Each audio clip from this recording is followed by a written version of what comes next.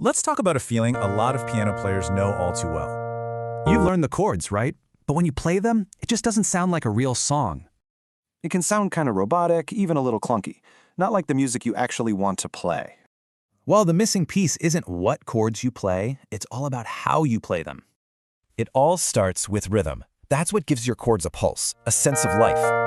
Then there's movement, how you connect those chords together so they flow smoothly. And when rhythm and movement come together, that's when you finally get flow. And this idea of building that musical flow, well, that's exactly what PianoTrail is designed for. Its tools are built to help you practice and internalize professional rhythmic accompaniment patterns. You learn how to turn a simple chord progression into dynamic, engaging music.